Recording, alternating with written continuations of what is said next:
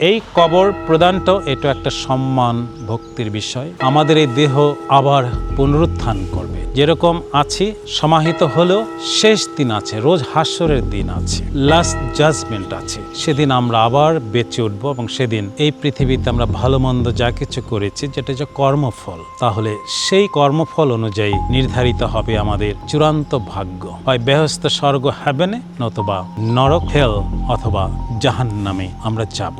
জগতে অনেক ধর্ম আছে, তো প্রতিটি ধর্মেরই বিশ্বাসের ভিন্নতা বলেই এত এত ধর্ম।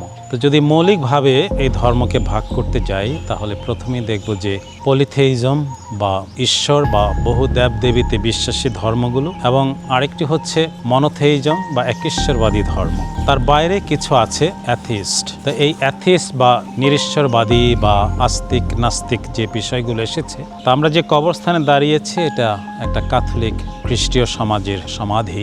এই ধর্মগুলো বিশ্বাস করে পরকাল, এসকাটোলজি যেটা আছে, যে মৃত্যুর পরেও একটা জীবন আছে, এই জীবনটা এই পৃথিবীতে শেষ বা নিঃশেষ হয়ে যায় না। কিছু কিছু ধর্ম বিশ্বাস করে পুনর্জন্মে, কিন্তু এই মনোথেইজমের মধ্যেই, একঈশ্বরবাদী ধর্মগুলোর মধ্যেই আমরা বিশ্বাস করি মৃত্যুর পরে আছে একটি অনন্ত জীবন। তো সেই অনন্ত জীবনটা কেমন হবে? পুনরুত্থান যতদিন না ঘটে, তাহলে যে এই বিশ্বাসে তার নিজের জীবনকে যাপিত করেছে, ধর্ম কর্ম চিন্তা ভাবনা দয়া দাক্ষিণা সব করেছে, তাহলে তার ঠাঁই কোথায়? নিশ্চয়ই সমাধি। এই সমাধি বাড়িতে হয় অনেক জায়গায়, আবার আমাদের ক্যাথলিক চার্চে বিশেষ করে প্রতিষ্ঠিত চার্চগুলোতে গির্জায় বা অন্য একটা জায়গায় নির্দিষ্ট জায়গা থাকে, যেখানে তাদেরকে নির্দিষ্ট রীতিকৃত্য অনুযায়ী বাড়িতে প্রার্থনা করা হয়, গির্জায় এনে প্রার্থনা বা খ্রিস্টজাগ সব কিছু করে সবশেষে এখানে এসে সমাধিকরণ করা হয়। এবং এই ক্রুশ চিহ্নগুলি বোঝাচ্ছে যে এর নিচে শুধু একজন না, কারণ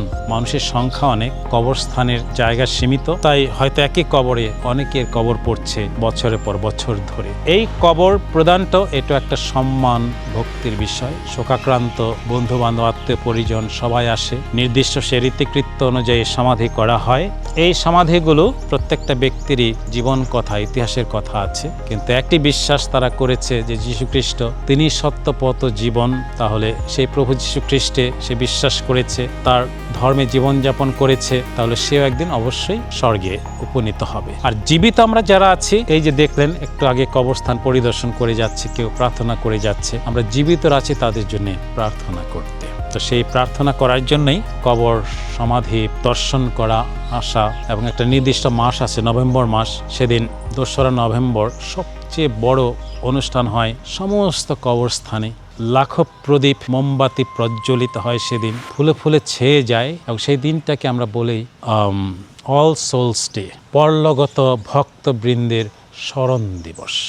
তো এটাকে এখানে সমাধি দেওয়া, আর যে রীতি যেটা বলছেন বাড়ি থেকে আনা হয়, তাহলে গির্জায় রাখা হয়, সেখানেও তার সেই পুণ্য সাক্রামেন্ট জীবন অনেক কিছু স্মরণ করে উপদেশ বাণী রাখা হয়, তারপরে খ্রিস্টজাগ হয়, তারপর সেখান থেকে শোভাযাত্রা করে কবরস্থানে নিয়ে আবার এখানে কবরের মধ্যে তাকে শায়িত করা হয়। এবং সেখানে পবিত্র জল সিঞ্চন আছে, ধূপ ধোয়া আছে, নির্দিষ্ট প্রার্থনা দিয়ে আছে, পবিত্র বাইবেল পাঠ আছে, এবং সর্বশেষ যে কথাটা বলে তাকে মাটি দেওয়া হয়, যাজক মাটি দিয়ে দেন, পরে মানুষজন তাকে মাটি চাপা দেয়, আর সেটা হচ্ছে, হে মানব তুমি ধুলি মাত্র, ধুলি থেকে এসেছো, ধুলিতে আবার ফিরে যাও।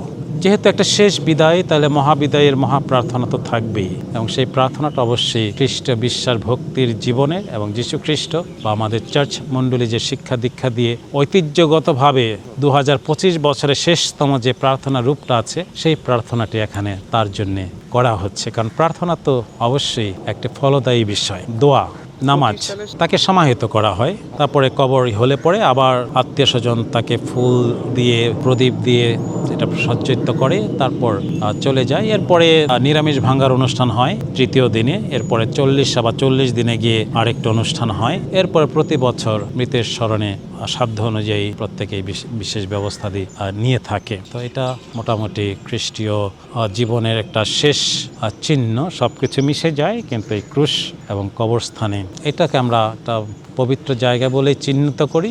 সেখানে সবাইকে থাকতে হবে অন্তিম ঠিকানা বলেই আমরা জানি, অনেকে সেটাই আমরা বিশ্বাস করি। এখানে পুরুষ মহিলা মিশ্রিতভাবেই মাটি হয়। শিশুদের জন্য কখনো কখনো এক সাইডে একটা জায়গা আলাদা করা হয়। আর আরেকটা বিষয় ছিল যে শিশুটা দীক্ষা স্নান না নিয়ে, অবগাহন বা বাপ্তিস্ম না পেয়ে মায়ের পেটে বা পেট থেকে বেরিয়ে মারা গেল, তার কি হবে? তো তাদের জন্য একটা আলাদা বিশ্বাস যে লিম্বস্থানে যাবে, সেই কারণে কবরস্থানে কোন একটা জায়গায় আলাদা করে দেওয়া হতো।